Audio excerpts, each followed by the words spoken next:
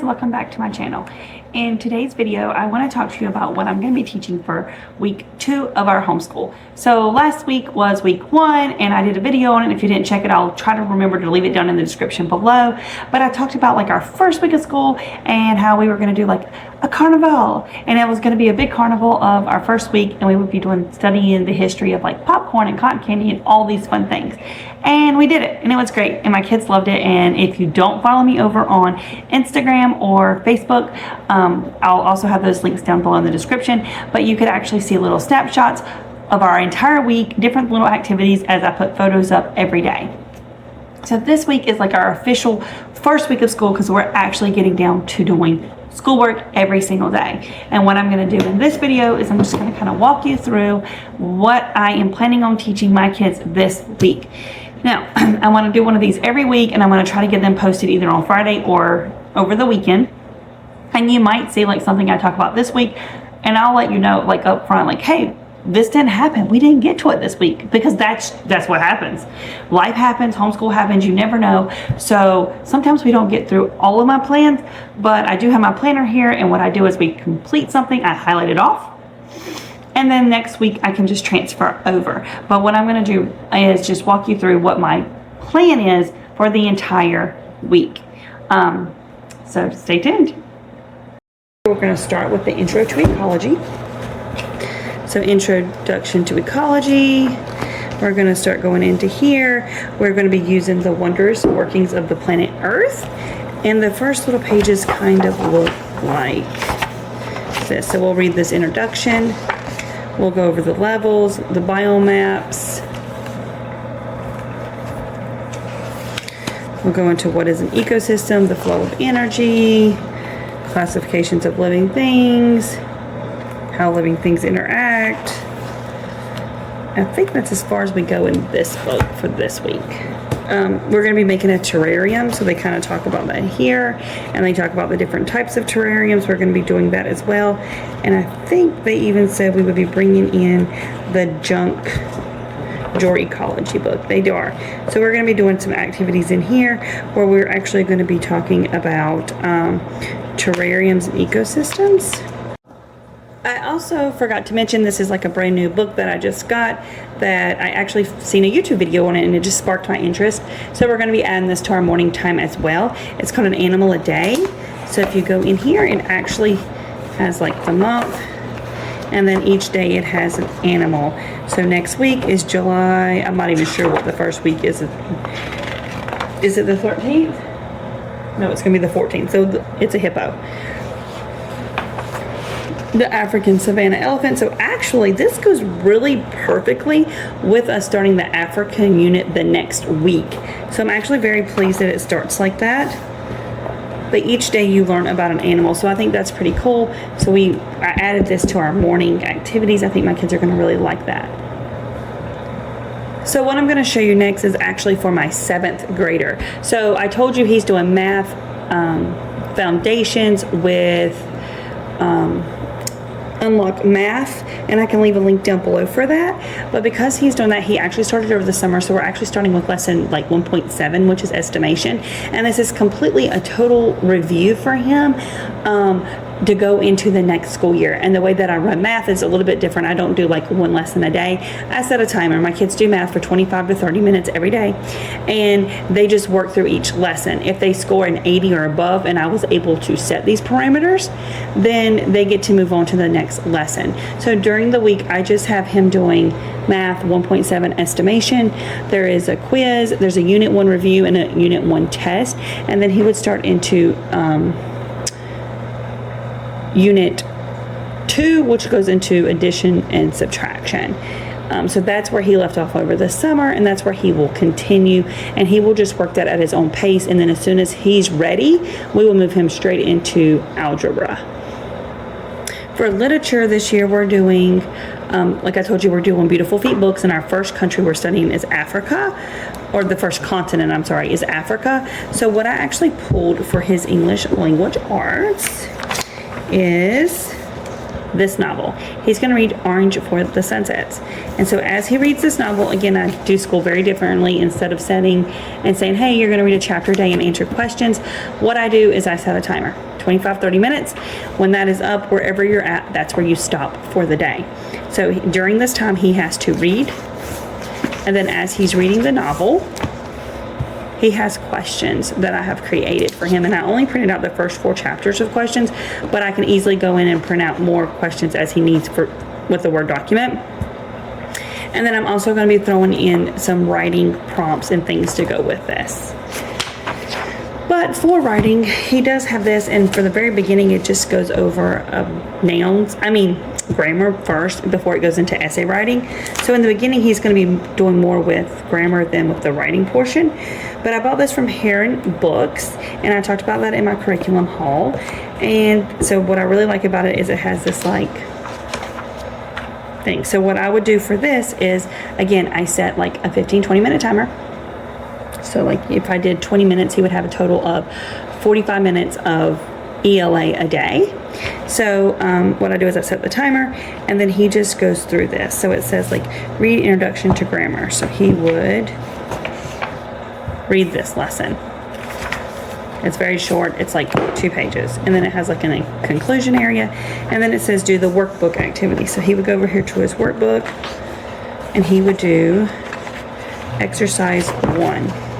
And this is a review, so this will be pretty easy for him in the beginning.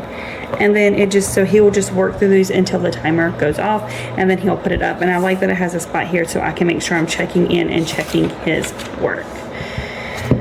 So every day he will have his together subject, which is our ecology and our geography, world studies.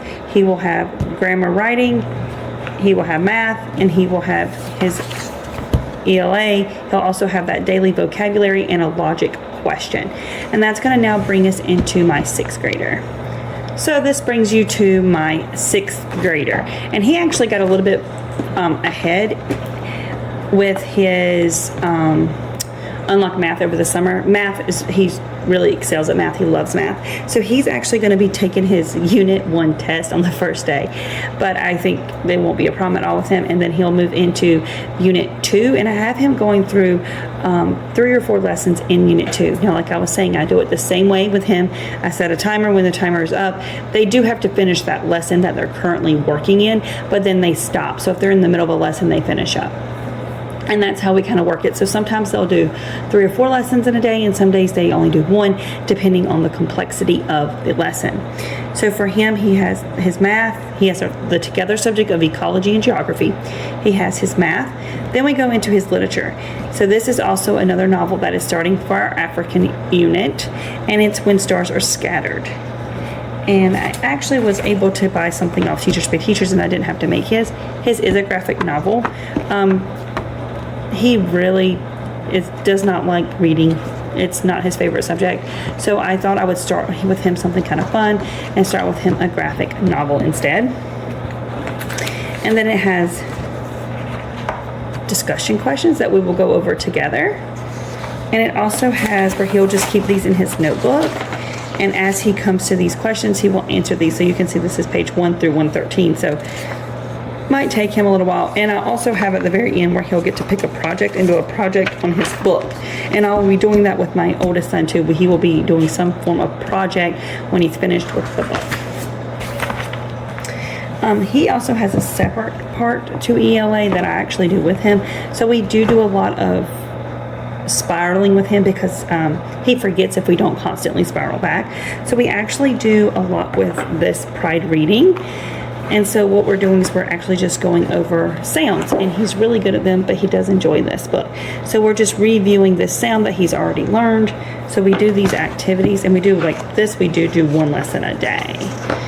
And it normally does take the full time that I work with him on it. And it has writing in it. It has all types of things. I'll show you I don't even know if this is the right one, but here's like sentences. It has like this. It has like a little short story, and it talks about spelling, more sentences. It does have a grammar in it, and it also has the writing portion. Since he does the other pride reading, I will probably shorten it so that he is also doing 45 minutes to 1 hour of school. So he would have less with this or less with this. he'll just move at a slower pace because I think this takes me about 15 minutes, the pride reading. So we'll do 15 minutes of that. We could do 10 minutes of this and then the rest of the time of this, or maybe 15 of this and the rest of the time of this. I'll probably do this more. So 15 and then maybe 10. So same concept. He'll come in, it's his read. So he'll get out his workbook. He'll read chapter 1. And it has an activity that he will do. Now we're moving into my first grader. So we do like a morning binder first thing. And what the morning binder does is we have like a name page, a birthday page, that kind of stuff. But then we go over his emotion for the day, what the today is, and we do this when we're doing our calendar. So this is like during the very morning when my kids are working on that logic and that vocab. I pull him and do this with him. Sometimes my 3-year-old has a notebook too, and a lot of times he'll come and sit and he has some of the same pages, and sometimes he won't come and sit, and that's okay. But it's always there for him. But they do like to do the calendar together. We talk about the weather, the temperature, and I actually made this and I put it on my Patreon. If you're interested in it, it is for sale over there. The seasons, the days of the week, and we just kind of go through these months of the year, shapes, 3D shapes, and you can see this is what we used last year in our math with confidence. We talked a lot about the hundreds chart, and we talked about patterns and skip counting. So I've already kind of been doing this with the hundreds chart, but we go through the hundreds chart. He has numbers 1 through 10, which he really doesn't need anymore, but it's just in here because that was from last year. We have his alphabet chart, which I'm going to keep in here. This was also from last year. We go through the solar system, the continents, and the oceans. And then we go into his sight words, which brings me to the next thing. We do a sight word a week. We are actually going to be doing big. So every day he reads through these, and I created this. I use this with my younger kids. I wish you guys, I could zoom. There we go. I did this with my younger kids, and what it is here are the cards he has mastered, and we read these like 2 to 3 times a week. And then these are the cards that we're working on. So this one is me, and so it stays in 1. When he gets it right, it moves to 2, and it will continue to travel until he gets it all the way right, and it goes into this space. So I'll write on Monday, I'll write big on an index card and I'll stick it right here.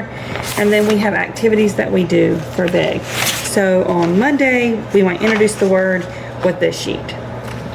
On Tuesday, we'll put it into the sentence and we'll do the little drawing. On Wednesday, we'll read this book that has big in it, and on Thursday, we might read this book that has big in it. Sometimes I separate these, so this might be Tuesday and this might be Thursday. But every day, except for Friday, we do something with that book, that word, and that seems to help him be able to master it. So I did big because we also have a phonics skill of the week, and I'll get into that next. Another thing that I bought from Tara West, which was word families, and so we have been going through our word families. We worked on it last year, and we're going to continue working on it this year. Again, it comes with 2 readers that practice that word family, and then it comes with like little lesson plan for every day and the little activities that we have to do. So here we'll take our word letters and we'll make words from this list. We have like a little foldable where we'll read. We read this little thing together, and he goes through and he highlights all the egg words he can find and reads them. He has this little glue activity where he has to match it. Day 2, the lesson plan. He has to draw a picture. Day 3, we have to build the words. So we use the little letter tiles again. We use these little tiles. Day 4 tells you what to do, and then day 5, he has to be able to spell them and take a test. It does have this little poster that I put up on our board. It has little cards that we go over, and then it also comes with the 2 readers. So if we read the sight word reader, we won't read one of these. And that's the way I do this part of his ELA. Another part of his ELA is I use this. It's Nursery Rhymes. In the beginning, we're doing Nursery Rhymes, and we're going to move into fairy tales before we move into more complex reading. things. So I'm just going over some of the fairy tales. So nursery rhymes. So this week I'm starting with Jack and Jill and Hickory Dickory Dock. And I'm also doing a lot of these activities with my toddler as well, but at a much slower pace. I'm thinking I can get 2 nursery rhymes done a week with my first grader. And so this is kind of just like the lesson plan, but then it tells you like, these are just different things I print out. So this is one for my board. This is one for his notebook, or this can be for his notebook. And then we're gonna have to put the story in order with our pocket chart. We talk about different little words he would, vocabulary words. This is a retelling where he has to put it in order, and then he'll draw pictures into a sequence of events. Oh, actually he doesn't have to draw the pictures. They have them there for him. And then they also have a little craft that we will do. With Jack and Jill, I have tons of resources that we're going to be using. So this is STEM Nursery Rhymes, and it happens to have Jack and Jill in it.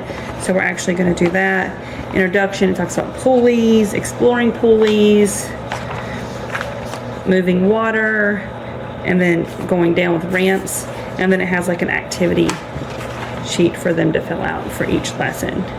So this is like science in it. So it has one for Jack and Jill. I think it has one for Hickory Dickory too. And then this one is Nursery Rhymes. We're actually going to be making this pocket book, and it doesn't have Hickory Dickory, but it does have Jack and Jill. So again, we'll make the little book and we'll put in our stuff. And I print out 2 copies of some of this because sometimes my 3-year-old likes to come over, especially if it's a coloring activity. So this is like another sequencing, and we might not do this sequencing, we might just do the other sequencing. And then it also had, what I liked is it has this little thing where we can talk about like all of your body parts and parts of like your clothing, like a sole of a shoe. He can color and make puppets, and I did do this for my other little boy too. And then this little is just where he has to put the band-aids on all the boo-boos. So that's what the nursery rhyme literature pockets. This is Evermore. I did all the history pockets with my older kids. I love them. So now I'm looking into the literature pockets for him. This is a K1, and then we're going to move into, I think, Fairy Tales and Fables next, which is also K1. The things that I just printed out for him that we'll be doing with Jack and Jill. And I'll show you the Hickory Dickory documents too, even though I don't have all of them printed out yet. So again, just something to go on my board. This is, I like this so much. So you say this little rhyme, and then the little pail is hiding, and he has to talk about what shape is the pail hiding behind. And my 3-year-old loves these little games. I give these off Teachers Pay Teachers. I forget her name, Playful Preschool or something like that. But my 3-year-old likes to play these too. They like to guess and see what it is. So we're doing that activity. I like this because it said Jack and Jill went up the hill. So you have to rhyme. So Jack and Jake swam in the lake. Again, he already knows all of his letters, but we're going to be doing this too, and the 3-year-old will probably like to do these. He loves little swords. So it starts with J, does not, and it has little things there. And we do all these activities for the most part in my pocket chart. And I already printed out some of the Hickory Dickory Dock ones, which I'm hoping we can get to on like Wednesday. So here's like one with the mouse, and it runs up the clock, and you kind of act it out. Here was a matching where they had to find the time. This is another rhyming. I'll break these puzzle pieces apart. I like to laminate all this stuff so it hasn't been cut out yet. This is a shape matching. So you match the mouse thing and you say the name of the shape. And a lot of times I'll put these in a bin for him. So if I'm working with his older brothers, it's something he can just go do. He can go pull these out and play these little activities because he doesn't need me for them. So that's what I like about them as well. And then here's another one of those guessing ones. So I read this and they guess the shape to see, I think it's cheese that's hiding. Yep, the cheese. And then on Fridays, we don't really do this stuff. We just read a book together. And these are the ones he's reading, the Usborne very first reading books. He likes these because I read, he reads. And it's something we can do together. This brings me to his math. So Math with Confidence, we're doing the first week, which is a huge review. So it's still working with numbers to 10, which is, like I said, a huge review. So lesson 1.1, review numbers to 10, comparing numbers, counting, shapes and patterns, And then what I like about this is optional. So in enrichment, it's an optional page if we want to do it, but it is a 4-day week if we do not. And that brings me to his workbook. So for week 1, this will be like Monday, Tuesday, Wednesday, Thursday, and then this starts next week's. And this brings you to my last. This is my toddler. So we're going to be doing one little story a week. I already kind of showed you some of the stuff with my first grader, but what we're going to do is I have this little thing. We'll read it together, and I work with him for like 10 minutes max. We'll do and these are things that he does without me, just through the day. So I'll pull him and work with him on like letters and numbers, but then he will do these without me, and they'll be in a little bin. So he has to do a matching. I'll cut this up and I'll Velcro it, and he'll match it. He'll have to find the pieces. Some Play-Doh mats for him. I'll laminate them and he can make the Play-Doh mats. I laminate these, and he has a marker and he can go across them. Just practices, you know, pen control. And this is he can do with scissors. And so I will cut these out, and there will be little strips, and he can practice his scissor cutting skills. I know that was a long video. I'm so sorry. I'll try to get faster and better about that. But thank you so much for watching. I hope you got some inspiration and maybe some ideas for your upcoming school year. Thanks for watching, and happy homeschooling. I'll see you guys later.